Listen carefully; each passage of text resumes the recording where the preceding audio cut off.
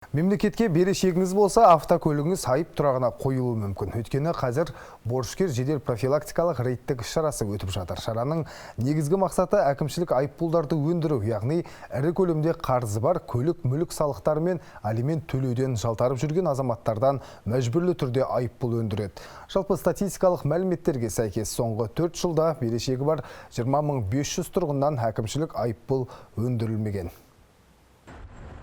Ел азаматтары мемлекетке 381 миллион теңге қарыз. Бұл дегеніміз 2018 жылдан бері өндірілмеген әкімшілік айыппұлдар үлесі. Жалпы рейдтік шараның алғашқы күннің өзінде 10-ға жуық автокөлік тоқтатылды. Олардың басым бөлігі қарыздарын өтемегендер, сондай-ақ алимент төлеуден жалтарған азаматтар. Бүгінгі күннің өзінде 875 азамат бала алдындағы берешегін өтеуден жалтарып жүр. Жалпы алимент мүлдем төлемейтін біз жаңағыдай өздеріміздің атқару өндірістерімізді зерделегенде статистикаға сүйенеміз. Жалпылама 875 атқару өндірісін зерделегені шықты. Мүлдем алимент төлемейтін, алимент төлеуден жалтарған тұлғалар анықталып отыр. Сол тұлғаларға осы жалпы эфир арқылы өзім айтқым келеді. Жалпы алимент төлеуден жалтармай, жаңағыдай мерзімінде өндіріп алушыларға өндіріңіздер.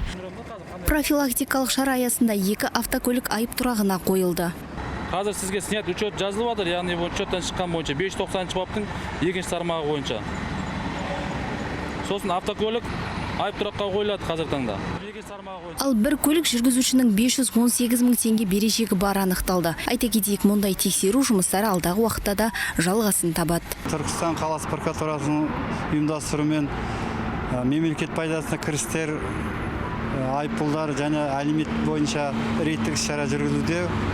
Құрметті Түркістан қаласы тұрғындары және Түркістан қаласының қонақтары, сіздерден өтінерім, мемлекет пайдасына төленетін кіріс салықтары мен алименттеріңізді, айыппұлдарыңызды төлеулерді сұраймыз. Уақытылы төлесеңіздер өздеріңізге жеңіл болады.